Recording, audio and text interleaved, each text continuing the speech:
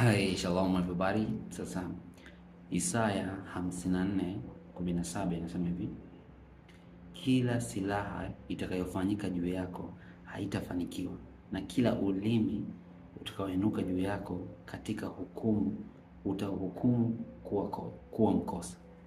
Sasa inaendelea, lakini mimi target yangu ni kuambia kuhusu sehemu inayosema kwamba hakuna silaha inayoinuka juu yako itakayofanikiwa. This is Isaiah. This is like a prophecy.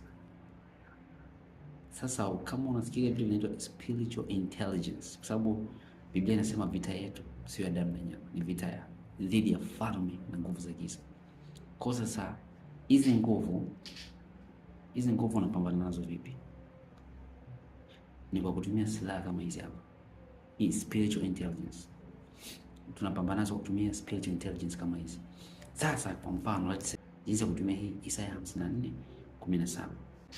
Sasa Isaya anasema no weapon formed against me shall prosper. Mfano, kuna mtu anaweza kaumwa kansa, mwingine ikamuua, mwingine akapona. Kwa mfano, kuna mtu anaweza kaambiwa kansa ulionayo ni stage, let's say it's metastatic stage 4, ni stage 4. Na daktari anakuambia kwamba hautamaliza siku 3, hautamaliza wiki, hautamaliza mwezi. Sasa it means kupata cancer is not a big deal. Yani kupata cancer imaanisha sio Mkristo. Kupata cancer imaanisha kwamba hauamini. Lakini Isaya anasema kila silaha itakayofanyika juu yako haitafanikiwa. Kwa hiyo sio kwamba haitafanyika.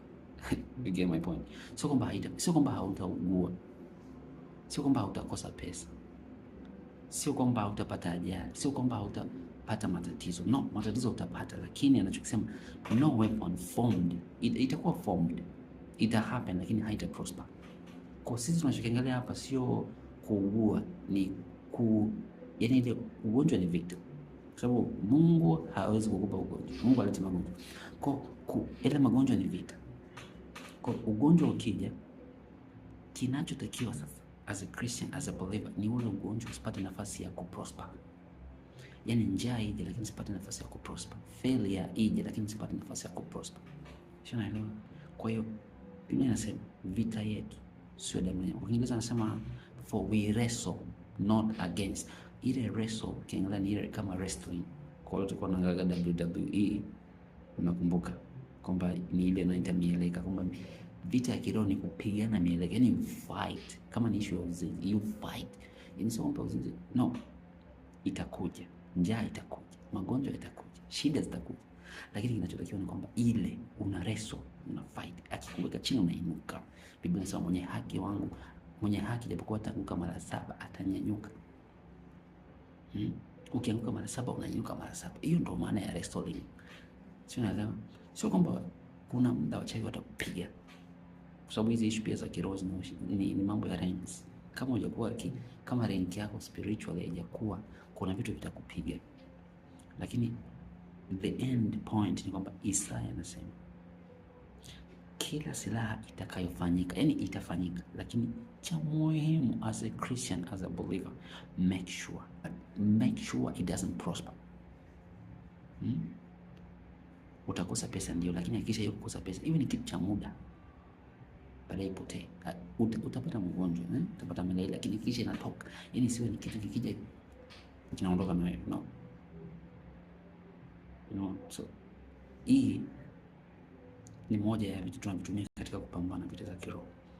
Kwa mfano, unaweza kuona dalili kwamba this time napitia changamoto, let's say ya mahusiano, this time napitia changamoto ya kiuchumi, this time napitia changamoto ya kielimu, kisekta yote inakusumbua kwenye maisha yako. Kwa ukiona unapitia hiyo kitu, silaha yako ya kwanza kutumia ni Isaya 54:17. Kwa mfano, unapitia changamoto ya magonjwa, at the same time una magonjwa, lakini unaanza kutumia silaha, this your mouth, ile silaha yako. So you're like, sitaugua, maana imeandikwa no weapon formed against me shall prosper. sitakufa, maana imeandikwa no weapon formed against me shall prosper. I will never be poor because it's written no weapon formed against me shall prosper. I will never be sick because it's written no weapon formed against me shall prosper. I will never lack because it's written no weapon formed against me shall prosper. Sinaelewa? Hiyo ni moja ya spiritual intelligence. Kwa hiyo hivi ni vitu ambavyo ukisoma Biblia, ukihudhuria kanisani, makongamano, you pick this is not your spiritual intelligence, so use them. Yani kuna wale watu wanahisi na mambo yangu, yani kuna mtu atakuwa anifanyia kitu. Hakuna muda wa kuhisi. Don't waste your time thinking maybe someone did this, someone did that. No. Cha muhimu ukigundua kwamba okay, mbona kazini kwangu, mbona kwenye mambo yangu naishi kama haiendi inavyotakiwa, anza kutamka hii haitatokea, maana imeandikwa no weapon formed against me shall prosper. Hiki akili, yani hizi dalili za ugonjwa unazosikia, huu ugonjwa utatokea, maana imeandikwa no weapon formed against me shall prosper. Wanangu hawatapitia changamoto ya kukosa ada, maana imeandikwa no. Tamka. Ukristo ni vita, jomba. Ukristo ni vita. Dude, ukinyamaza you're doomed. Yani ukinyamaza, close the Bible, you are doomed.